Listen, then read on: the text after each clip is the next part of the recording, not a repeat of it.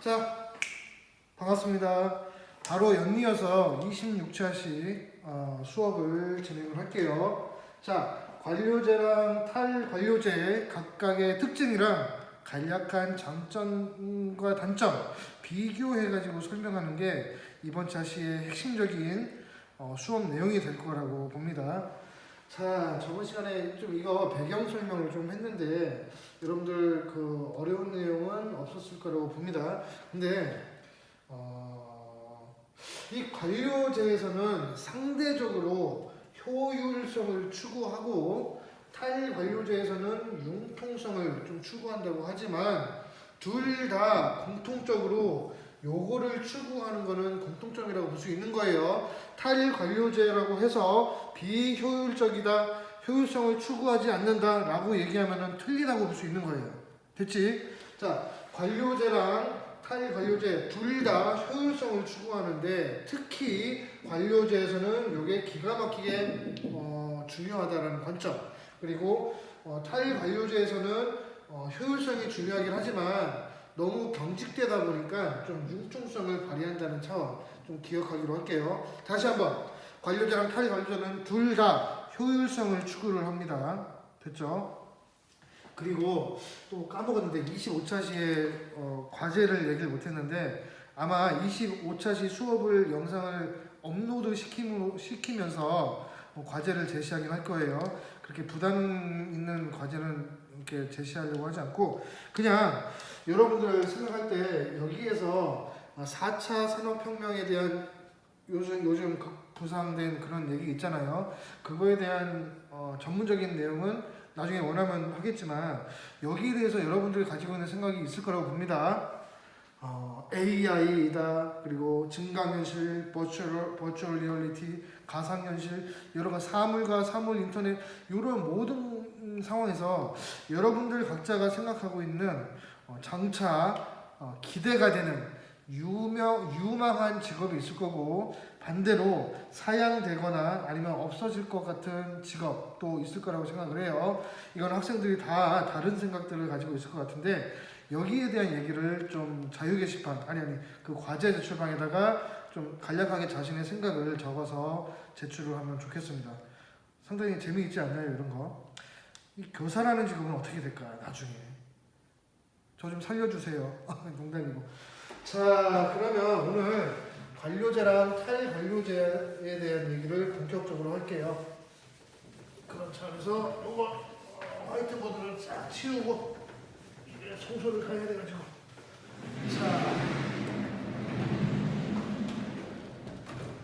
자, 이제 이건 보드는 필요 없겠네, 보드 마카는.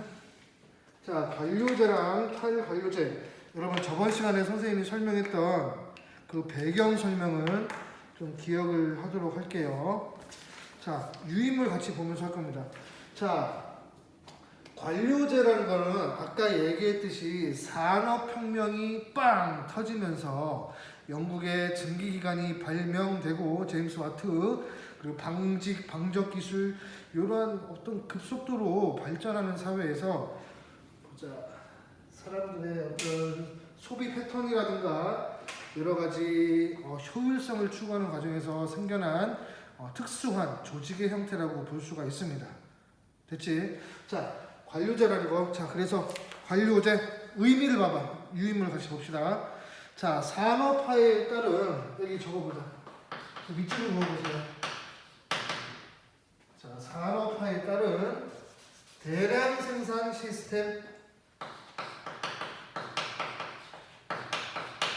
대량 생산 시스템, 우리 아까 간략하게 언급했었지. 컨베이어 벨트 시스템. 자, 컨베이어 벨트 시스템 요거로 조직의 규모가 아주 방대해지다 보니까 이 수많은 사람들을 효율적으로 관리하기 위해서 형성된 조직의 형태를 관료제라고 할 수 있는 거예요. 이거 되게 컨베이어 벨트 유명하지? 그 미국의 자동차 회사 옛날에 헨리 포드라는 사람도 저걸 사용했고, 그리고 우리 인류는 역사적으로 저것 때문에 좋은 점도 있고 나쁜 점도 있었어요. 예컨대 1, 2차 세계대전 같은 경우 이 무기들을 대량으로 생산하다 보니까 독일의 어떤 전차 기갑 부대 막 이런 거 다들 알지? 뭐 좋은 점도 있고 나쁜 점도 있고 그랬는데 중요한 거는 이 조직의 규모가 방대해지다 보니까 그 사람들, 조직 구성원들을 효율적으로 관리하기 위해서 서열화된 그 시스템이라고 볼 수 있는 거예요. 여러분들 그 한국사를 공부하다 보면 그런 내용 나오지. 국가가 성립하기 위한 조건. 선생님도 정확히 기억은 안 나네. 불교라든가 어떤 외래 종교를 수입한다든가 율령을 반포한다든가 뭐 그런 것들이 있잖아. 근데 왕들이 공통적으로 하는 것들이 있어. 자, 국가가 형성되고 백성이 많아지게 되면은 이러한 백성들을 효율적으로 지배하기 위해서 왕들은 각종 제도들을 만들어 가지고 시행을 해버리잖아. 예를 들어서 공복제다, 관복제다 이런 거 들어봤지? 자, 내 말 잘 듣는 애들을 순서에 따라서 서열화해버리는 거야. 그치? 그러면은 피라미드식으로 자, 왕이 이렇게 있고 밑에 있는 사람들 있고 밑에 있어가지고 아래로 이렇게 지배를 하는 시스템이라고 보면 되겠습니다. 그치? 그래서 옆에 있는 그림을 보니까 요 그림 혹시 뭔지 알아요? 자, 장원제도라고 했지? 중세 봉건 시대에 뭐 이런 건 중요하지 않은데 이 농노들이 있어. 농노들이 있고 기사들이 있고 영주가 있고 왕이 있고, 그렇지? 이 성 안에 있는 사람들 부르주아라고 하는데, 그렇지? 근데 선생님이 장난한다고 여기다가 가오나시를 그려놨네. 중세 봉건 시대니까 아무래도 신 중심의 어떤 사회다 보니까 상징적으로 좀 그려놨습니다. 자, 됐지? 자, 관료제에서 이 관료제라는 거는 의사결정의 권한이, 아까 얘기했잖아. 제일 위에 왕 혹은 사장, 대표이사로부터 이러한 식으로 요거를 하향식 의사결정이라고 해요. 하향식, 밑으로 향하는 방식의 의사결정이다. 그럼 반대는 뭐겠어? 상향식 의사결정이라고 하겠지. 자, 하향식 의사결정이랑 상향식 의사결정이랑 뭐가 좀 더 민주적일까? 그렇지, 상향식이 민주적인 거지. 그럼 하향식은 좀 독재의 냄새가 난다고 볼 수가 있는 거예요. 그래서 의사결정의 권한, 이 권한과 책임이라는 게 서열화되어 있고 이러한 조직의 구조가 집중이 되어 있다고 보면 되겠습니다. 됐지? 이게 조금 이따가 볼 탈관료제의 신속한 의사결정을 중요시하기 때문에 의사결정 권한이 분산이 되어 있다는 거랑 비교가 되는 겁니다. 됐지? 이거를 왔다 갔다 하면 여러분 헷갈리겠다. 자, 관료제가 탈관료제에 비해서 뭐가 중요하다, 뭐가 좀 더 좋다, 이런 거는 좀 말하기 좀 애매한 부분이 있습니다. 자, 왜냐하면 우리나라 같은 경우는 1960년대, 70년대부터 급속도로 경제적인 발전을 할 때 요거의 좀 역할, 요거의 어떤 기능을 제대로 좀 활용한 적이 있거든. 일본도 마찬가지고. 자, 이런 식으로 볼게요. 그래서 여기 프린트를 같이 봐보자. 자, 특징을 보자. 특징이랑 장점은 같은 말이에요. 이러한 특징 때문에 이러한 장점으로 이어지니까. 자, 명백한 업무의 전문화 옆에다가 이렇게 적어봅시다. 분업화, 디비전 오브 워크라고 해요. 분업화라고 적으면 됩니다. 분업화. 됐지? 그래서 밑에 서열화된 위계 질서. 그치? 사장이 해야 될 일 따로 있고, 뭐 이사가 해야 될 일 따로 있고, 과장이 해야 될 일 따로 있어요. 근데 사장이 그 말단 사원의 일을 하게 되면 어떤 일이 발생할까? 그치? 욕을 먹는 거야. 그렇지? 반대로 말단 사원이 사장처럼 일하면은 당연히 제재를 받겠죠. 그러면요. 자, 그리고 여기 적어보자. 이게 따로 자, 규약과 절차에 따른 업무 처리를 한다. 그래서 여기 적어보세요. 규약과 절차에 따른 업무 처리를 한다. 즉 매뉴얼이 있는 거예요. 매뉴얼이. 이 관료제라는, 우리 그냥 쉽게 생각해서 회사라고 생각하면 돼요. 매뉴얼, 규약과 절차라는 게 딱딱 정해져 있어가지고 그 매뉴얼대로 하면 되는 거예요. 그러면 어떤 사람이 일을 하다가 그만두었어. 그러면 새로운 사람이 와가지고 그 일을 할 수 있어야 되겠지? 어떻게 할 수 있을까? 그래요. 그 매뉴얼 보고 하면 되는 거야. 규약과 절차에 따라서 업무 처리를 하면 되기 때문에 그래서 밑에 구성원이 바뀌어도 조직이 안정적으로 유지될 수 있다는 점. 자, 요거는 메인이 아닙니다. 여러분들 유인물이 메인이에요. 이거는 배경 설명 위해서 적은 거예요. 다음에 이 관료제는 사회 조직의 대표적인 베스트 이그젬플이라고 했지? 전형이라고 했죠? 자, 사회 조직에서는 잘하면 상을 받고 못하면 제재를 받기 때문에 그것이 공식적으로 이루어져야 된다는 점이에요. 만약에 어떤 회사원이 잘못했어. 그렇다고 사장이 몰래 뒷골목으로 데려가지고 막 때려. 이 대표적인 갑질이라고 할 수 있는데 그거는 스스로 이 회사라는 조직의 그 명예, 이름에 먹칠을 한 행위가 아닐 수가 없는 거예요. 됐지?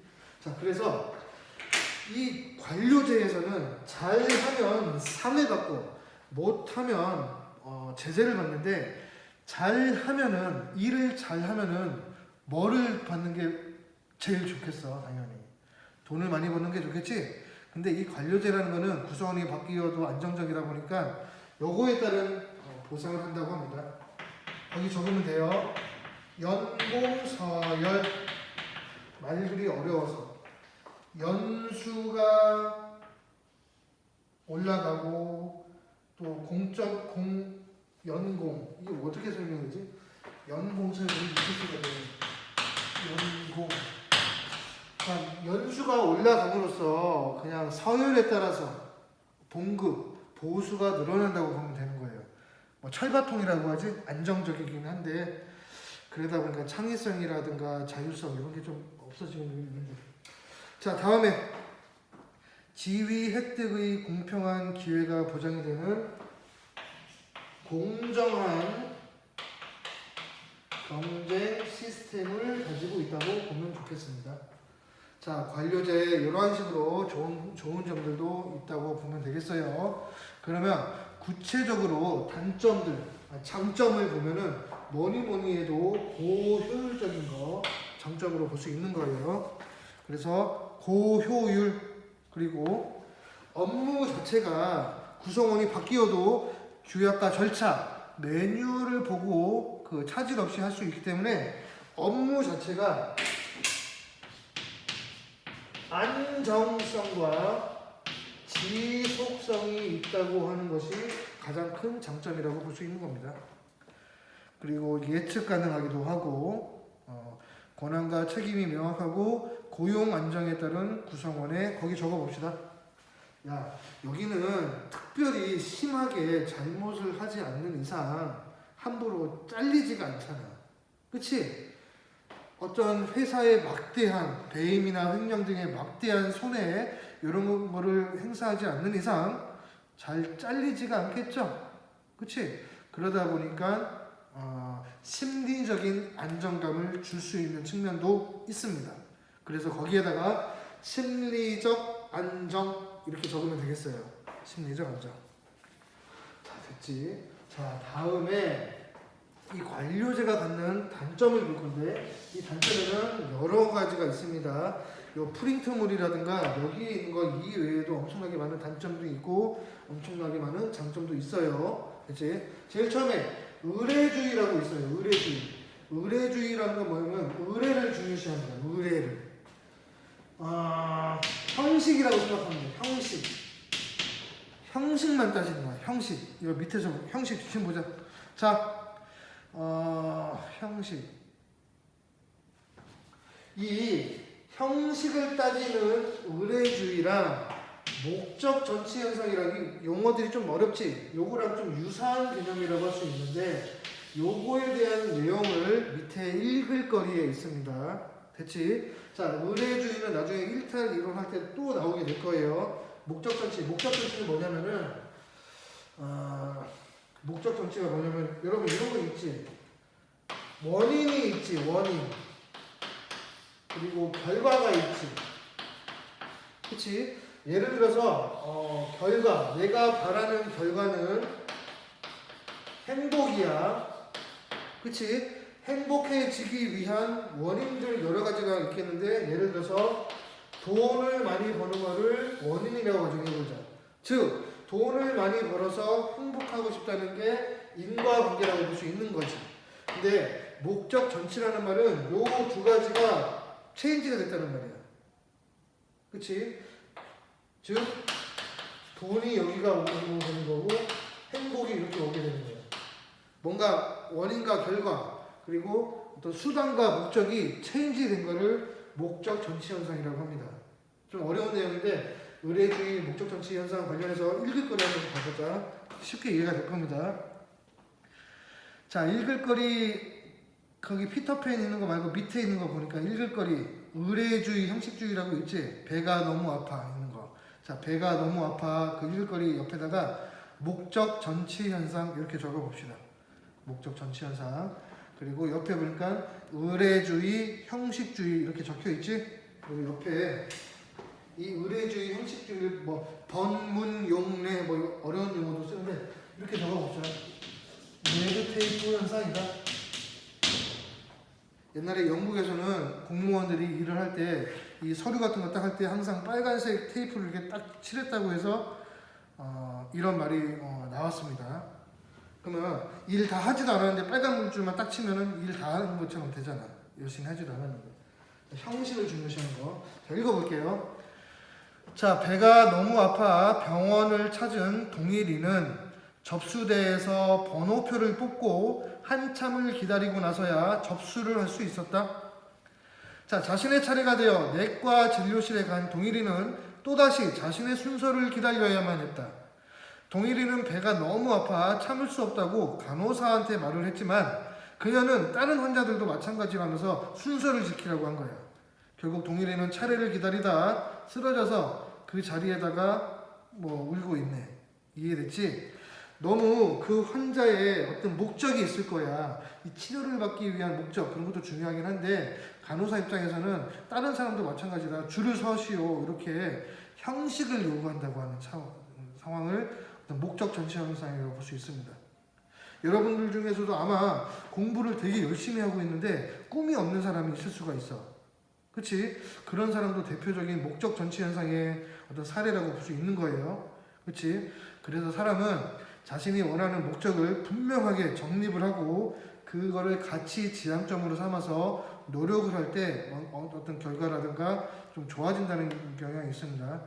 근데 사실 공부를 하는 어떤 상황도 어떤 목적 때문에 하는 게 아니고 그냥 어떤 기계적으로 하는 경향도 있긴 한데 글쎄요. 왜냐하면 공부를 하면은 좀 선택의 폭이 넓어지기 때문에 그것도 하나의 좋은 방법이라고는 볼 수 있는데 가급적이면은 자신의 목표 좀 심각하게 고려하고 고민하고 해서 공부할 수 있도록 좀 해봅시다. 알겠죠? 자, 그 다음에 또 뭐가 있었나? 자, 권력의 집중이라는 현상. 자, 사람들이 무조건 많이 모이게 되면은, 그치?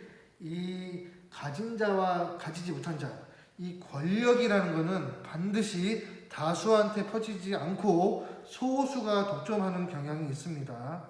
이거는 인간의 본성인지 어떤지는 모르겠는데 이거를 미하이스라는 사람이 아이언 오브 어떤 권력의 어떤 과두제화 현상이라고 했습니다.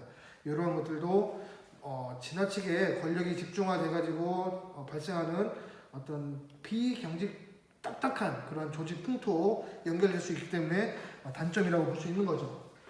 다음에 여기 적어보자. 자, 인간 소외 현상이 발생할 수도 있다. 인간 소외 현상.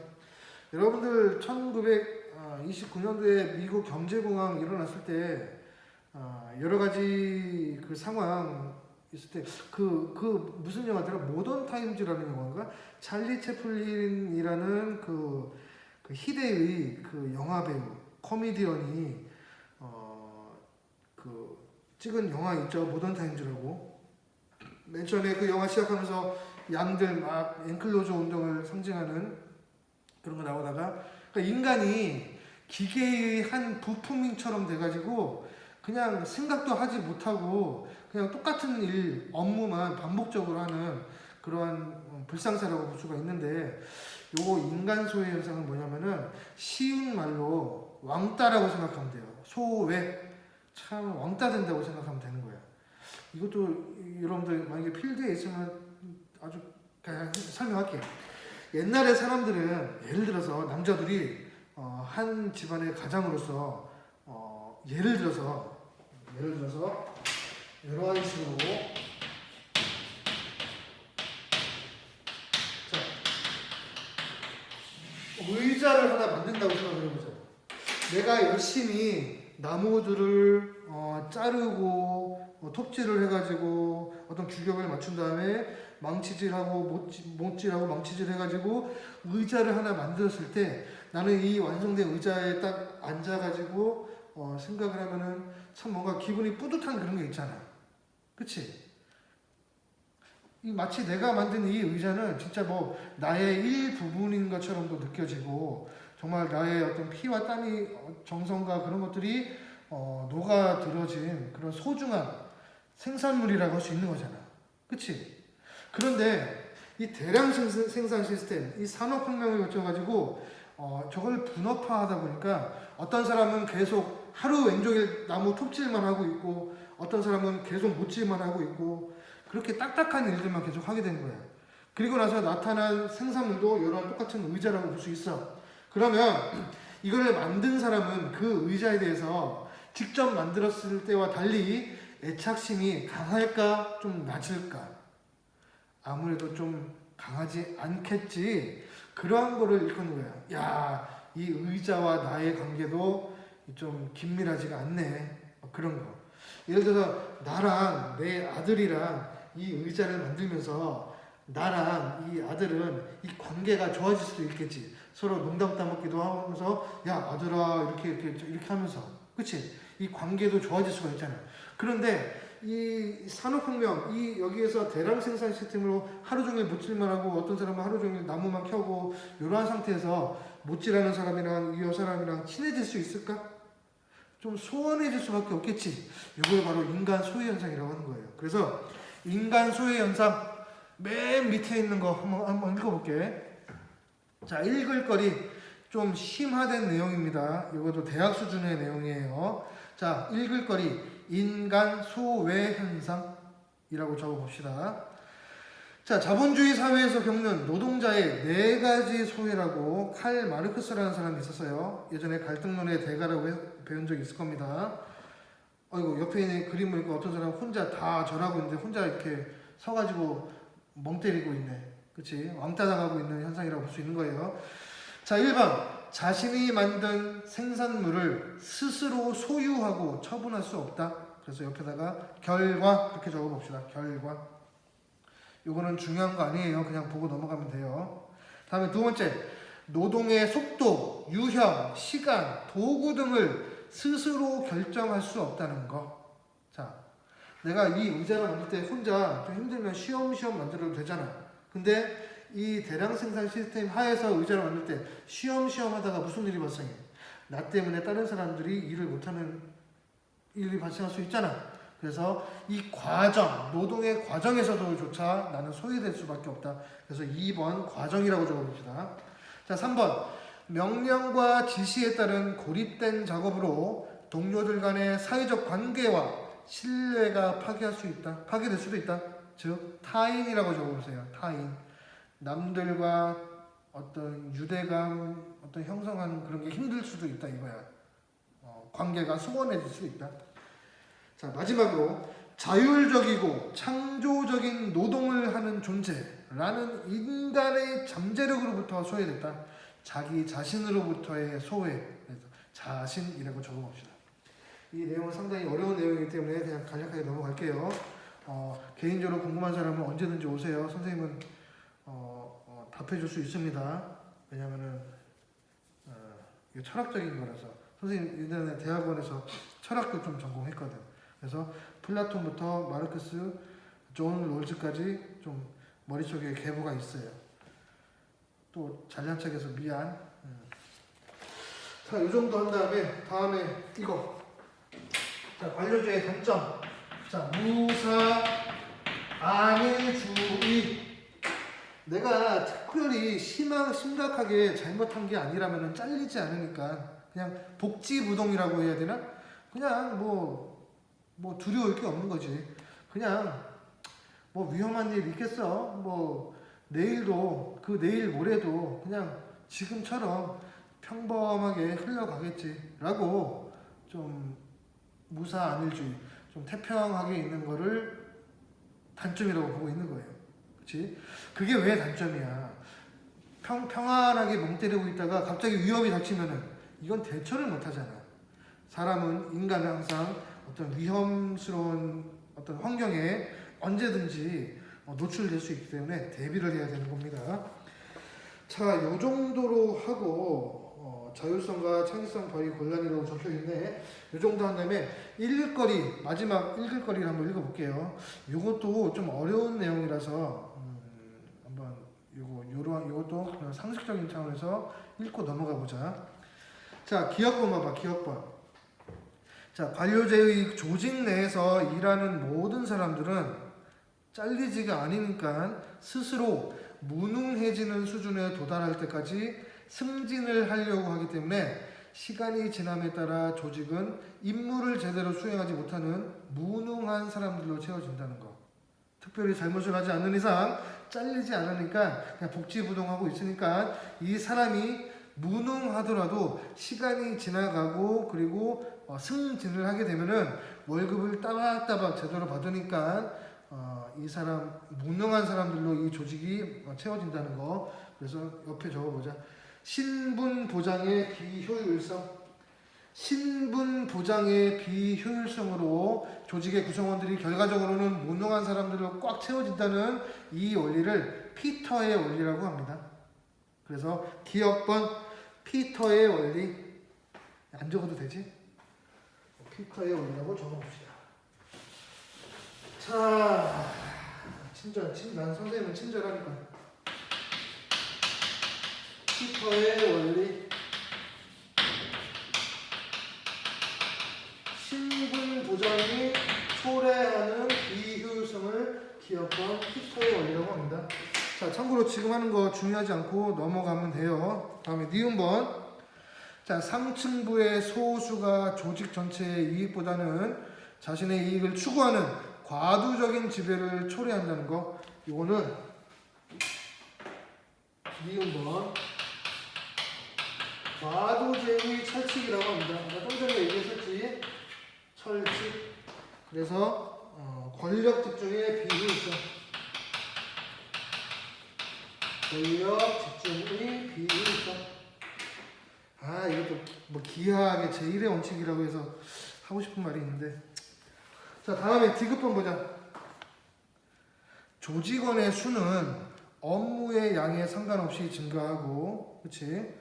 출세와 승진을 위해서는 부하의 수가 많아져야 되기 때문에 일자리 수를 늘린다는 거. 이거는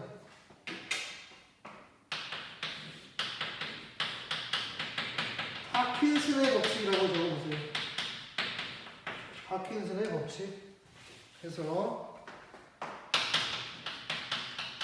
인간적인 요소 이렇게 적어보면 되겠네요. 지금 한 거는 중요하지 않은 내용이니까 이 정도만 적어놓고 한번 읽고 넘어가자. 알겠지? 자, 이 정도로 하면은 우리 관료제에 대한 얘기는 다 된 것 같아요. 됐지? 자, 그러면 페이지를 넘겨서 탈관료제를 봅시다. 탈관료제. 자, 탈관료제라는 거는 이 앞전 시간에 얘기했듯이 정보화 혁명이 일어나면서 정보사회가 급부상하면서 그 전의 방식. 자, 이 관료제 사회에서 만든 어떤 그 대량 생산 시스템에서는 사람들의 어떤 개성이 없어진다고 했죠? 그거를 바로 몰 개성화라고 하는 거예요. 개성이 없어진다는 몰 개성화 산업. 하지만 정보화라는 게 어떤 대중매체가 엄청나게 비약적으로 발전이 되고 사람들이 언론에 노출되다 보니까 자기의 패션에 대해서 자기의 라이프 스타일에 대해서 여러 가지 자각을 하게 됩니다. 그럼으로써 어떤 경제적인 여유도 생기고 하다 보니까 나는 이제 다른 사람들과는 다른 어떤 개성에 대해서 중요시하는 입장이 경제적인 소비의 영역으로도 확대가 되고 이제 소비의 영역에 확대된 그 경제 그 분위기를 기업에서는 영리를 추구해야 되기 때문에 바로 캐치를 해서 기업의 조직 활동에 투영을 시켜야 되는 그런 상황이 오게 된 거죠. 이 기업 혁신이 필요한 때가 볼 수 있는데 그 전에 소품종의 대량 생산보다는 이제 다양한 제품들을 조금씩 만들어내는 그런 패러다임의 변화를 요구하게 되는 거죠.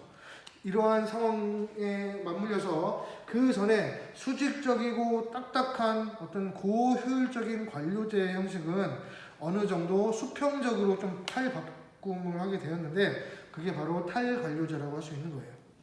그래서 탈관료제, 자, 급격한 사회 변화에 대응하기 위해 새롭게 등장한 수평 동그라미, 유연 동그라미, 수평적이고 유연한 조직 형태라고 할 수가 있겠습니다. 됐지? 아이고 중요한 얘기 못했다.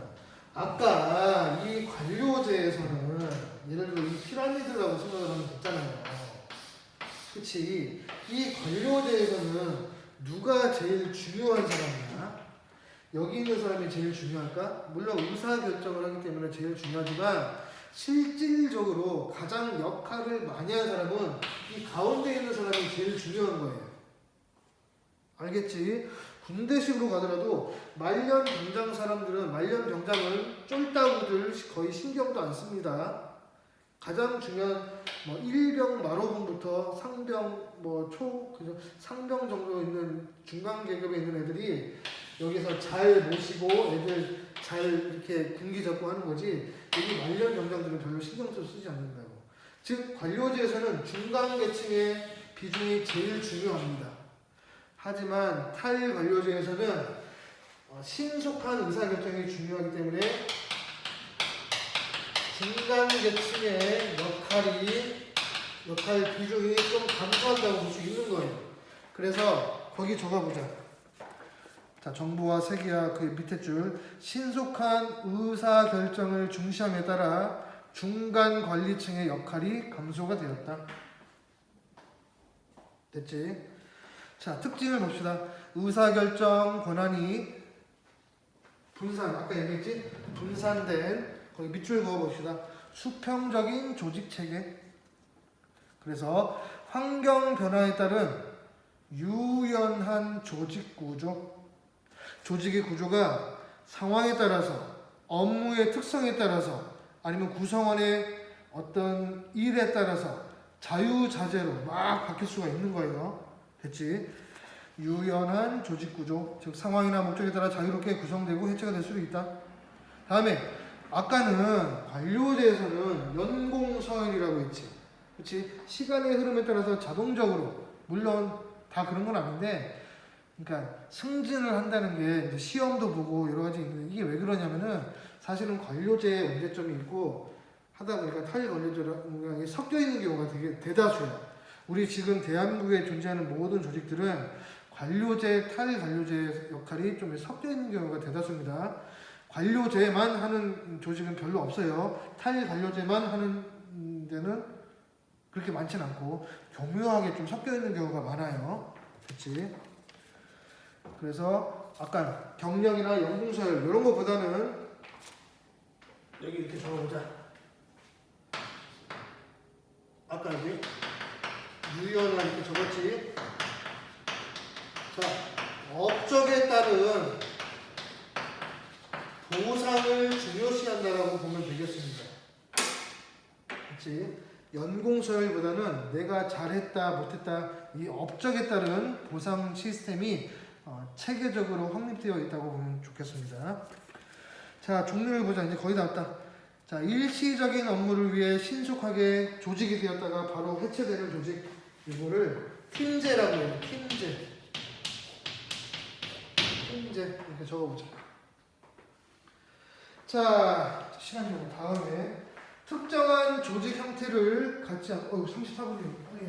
자, 특정한 조직 형태 없이 목표나 사회의 변화에 따라 조직의 형태가 유연하게 바뀌는 조직을 아메바형 조직이라고 합니다.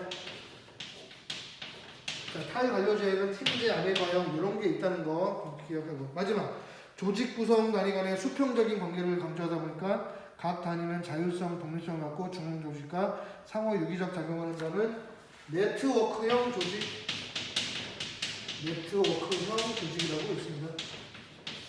요 정도. 그리고 밑에 여러분들 에드호크라시라고 있는데, 이건 엘빈 토플러라는 유명한 사회학자가 얘기하는데, 요거는 인터넷으로 간략하게 한번 살펴보세요. 이게 에드호크라시라는 게 뭔가 간략하게 한번 살펴보도록 하고, 오늘 과제는 이렇게 관료제랑 탈관료제 좀 공부를 좀 해봤는데, 각각의 간략한 특징이랑 장점과 단점을 좀 비교해가지고 여러분들 과제 제출방에 좀 제시를 해줬으면 좋겠습니다. 자, 여기까지가 시험범위입니다. 바로 27차 시부터 1탈 이론에 대한 얘기를 좀 할게요. 알겠죠? 자, 그럼 오늘도 고생 많았습니다. 자, 선생님 들어갈게요. 빠이빠이. 시간 조금 지난 거는 정말 미안해요.